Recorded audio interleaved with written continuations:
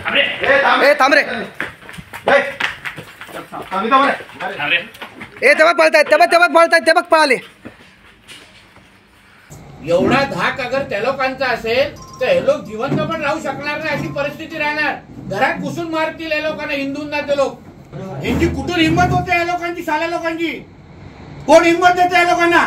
नाही तर मी साहेब तुम्हाला सांगू ना, तुम्ही खरंच 2 दिवस सुट्टीवर द्या, मी सगळं साफ करून देतो तुम्हाला. आणि माझ्या पाठ फिरल्यावर या लोकांना काही चुकीचं झालं ना, उद्या येऊन धिंगाणा घालीन परत, मी तुम्हाला सांगतोय. शिवाजी महाराजांचा भव्य दिव्य रायगड किल्ला हाकेच्या अंतरावर असलेल्या महाडमध्ये गोवंशीय प्राण्यांची कत्तल आणि तस्करीच्या निंदनीय घटना सतत घडत आहेत. 2 दिवसांपूर्वी महाडमधील इसाने कांबळे या ठिकाणी गोवंश कत्तलीला विरोध करणाऱ्या शिवभक्त गोरक्षकांवर हल्ला करण्यात आला. अनेक गोरक्षक यात जखमी झाले. शिवरायांच्या पदस्पर्शानं पावन झालेल्या भूमीत शिवरायांची विचारसरणी अनुसरून जे गोरक्षक गोमातेला वाचवण्यासाठी पुढे सरसावले त्यांना जबर मारहाण झाली. अशीच घटना शिवकाळात शिवराय अवघे 12 वर्षांचे असताना घडली होती. मुस्लिम बहुल भागात चाललेल्या गोवंश हत्येने समाज हतबल झाला होता. कोणीही विरोध करायला धजावत नव्हतं. मात्र शिवरायांनी मागचा पुढचा कोणताही विचार न करता तलवार उपसली आणि गोवंश कत्तल करणाऱ्यांचे हात छाटले. आणि आज त्याच रायगडात गोवंश वाचवणाऱ्यांना मारहाण होत आहे, हे रायगडाचं दुर्दैवच म्हणावं लागेल. याबाबत लोकप्रतिनिधींनी सावध भूमिका घेतल्याचं दिसून येत आहे. शिंदे शिवसेनेचे आमदार भरत गोगावले आणि अजितदादा गटाचे खासदार सुनील तटकरे यांनी निवडणुकीच्या तोंडावर विशिष्ट समाजाची मतं फिरू नयेत म्हणूनच कदाचित या प्रकरणात लक्ष दिले नसावे, अशी चर्चा आता गल्लोगल्ली होताना दिसत आहे. मात्र भाजपाचे निडर आणि स्वाभिमानी नेते, धर्मरक्षणासाठी सदैव कटिबद्ध असलेले आमदार नितेश राणे यांनी तत्काळ या प्रकरणात हस्तक्षेप केला. जखमी गोरक्षकांची भेट घेऊन आस्थेने विचारपूस केली आणि पोलिसांना त्यांच्याच ठाण्यात जाऊन अत्यंत कठोर शब्दात खडे बोल सुनावले. 2 दिवस पोलीस प्रशासनानं सुट्टीवर जावं, मी इथून सर्व घाण साफ करतो. फक्त धर्मरक्षणाची जाण असलेला नेताच असा कडाडू शकतो. आणि तेच नितेश राणेंनी केलं. आमच्या हिंदू मुलांवर हात उचललात तर तंगड्या तोडून पोलीस स्टेशनला घेऊन येऊ, असा सज्जड दम त्यांनी हल्लेखोरांना दिला. यामुळे गोरक्षकांना मोठा दिलासा मिळाला आहे.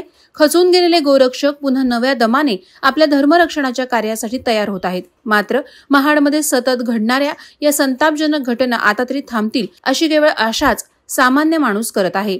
गौरक्षकांचं काम करणं हे कुठल्या नियमाअंतर्गत चुकीचं आहे, हे मला नियम सांगा पहिला. गायींची तस्करी थांबवणं हे मुळामध्ये तुमच्या लोकांचं काम आहे, बरोबर आहे? आपल्या राज्यात कायदा आहे ना, मग ती तस्करी एक तर तुम्ही थांबवत नाही, राजरोस पद्धतीने ते चालू आहे. आणि थांबवणाऱ्या लोकांना जे मारलं जात आहे त्या लोकांना काहीच धाक नाही. विकत घेतलंय पोलीस स्टेशन आपलं. असं कसं चालणार आपल्या राज्यामध्ये? कसं चालणार? एवढा धाक अगर त्या लोकांचा असेल तर हे लोक जिवंत पण राहू शकणार नाही, अशी परिस्थिती राहणार. घरात घुसून मारतील या लोकांना, हिंदूंना. ते लोक मग कसं चालणार? तुम्ही सांगा ना काळजी. तुमच्याबद्दल तर फार तक्रारी आहे. तुम्ही असं यायचे बोलायला मलाही सोपं पडत, त्यालाही बोलता येईल.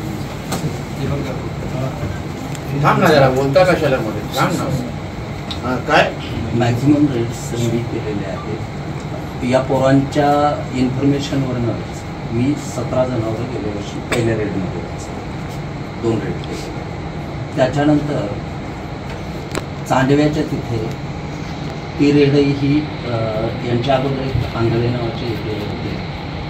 आंधळ्यांनी ती सक्सेसफुल करवली. परत अजून 3 रेड तालुक्याच्या हातीमध्ये सक्सेसफुल केल्या.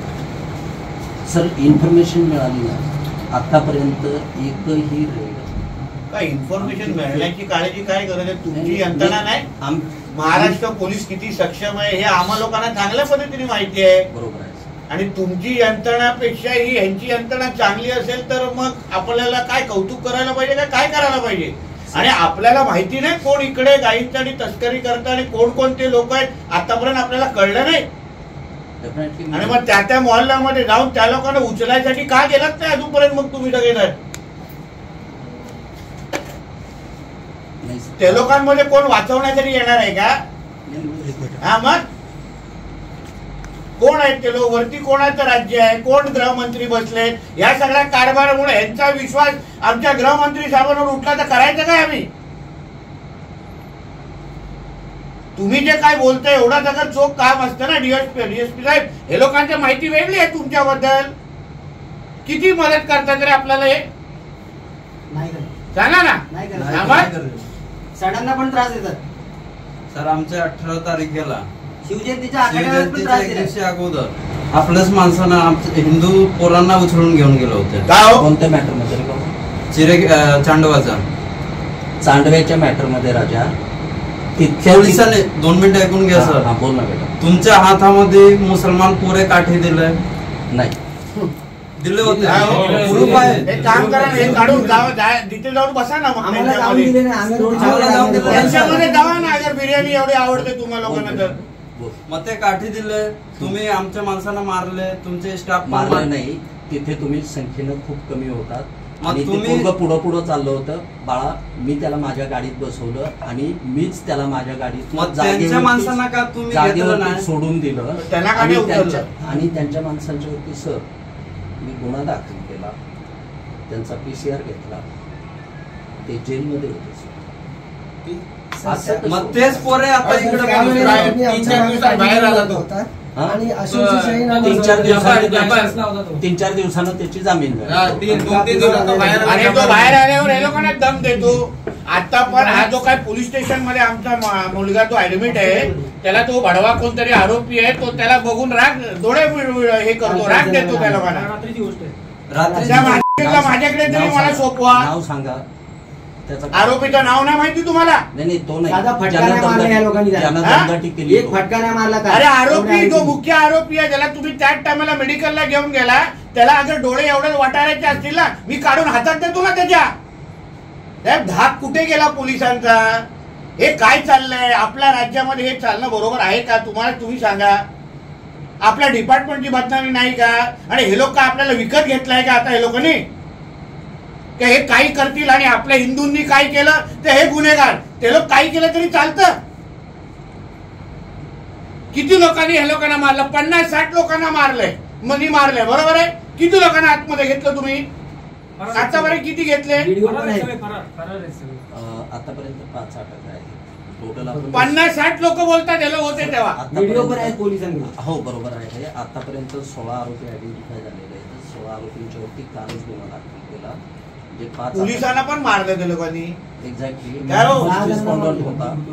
काय एवढी हिंमत? हातपाय तोडा त्या लोकांचे. गोरक्षकांना वाचवता याच्यावरती पण हे झालं. गेल्या वर्षी राजेवाडीमध्ये सुद्धा गोरक्षकांना वाचवता माझा 1 PS आहे आणि 4 कर्मचारी. त्यांच्या बाबतीतही हाच सुरुवातीला ऍक्शनच घेत नाही. पण त्याचं त्यांना जे काही प्रायश्चित्त आहे मी तुम्हाला मूळ मुद्द्यावर तुम्ही हातात घालत नाही. म्हणजे ते लोकांना कायद्याचा धाकत राहिला नाही. पाहिजे तेव्हा हात उचलतात, मग केसमध्ये आतमध्ये जातात, बाहेर येतात, परत ती दादागिरी चालू करतात. मग फायदा काय आपल्या लोकांचा? तुम्ही सांगा ना. आपला धाक तरी असला पाहिजे. कुठल्या हिंदूनी चुकून तुमच्या अंगावर हात टाकला तो त्याला रात्री परत घरी जाणार नाही अशी अवस्था होते. यांची कुठून हिंमत होते या लोकांची? साल्या लोकांची कोण हिंमत देते या लोकांना? नाही तर मी साहेब तुम्हाला सांगू ना, तुम्ही खरंच 2 दिवस सुट्टीवर द्या, मी सगळं साफ करून देतो तुम्हाला. लुडे पांगळे करून टाकतो मी, बरोबर त्यांची हिंमत तोडून टाकतो मी. आम्हा लोकांना तुमच्यावर विश्वास आहे, डिपार्टमेंटवर आतापर्यंत विश्वास आहे, म्हणून आम्ही काय बोलत नाही. पण ही अगर जी आता अवस्था आहे, लोकांनी अर्धा तास जे मला ब्रीफिंग केलं ना, आम्ही काय गप्पा बसणारे नाहीये. येते अधिवेशन, उद्या जातो फडणवीस साहेबांकडे जाऊन बसतो, सगळी माहिती देणार मी. काय गप्पा बसणाऱ्यापैकी आहे का मी? आणि माझ्या पाठ फिरल्यावर ह्या लोकांना काही चुकीचं झालं ना, उद्या येऊन धिंगाणा घालीन परत. मी तुम्हाला सांगतोय, कळलं तुला? पण मस्ती नको मला इकडे, काळेजी. वादळवारा लाईव्हसाठी रामदास चव्हाण, महाड. नवी मुंबई व रायगड जिल्ह्यातील ताज्या बातम्या आणि घडामोडींसाठी सबस्क्राईब करा वादळवारा लाईव्ह चॅनल आणि दाबा बेल आयकॉन.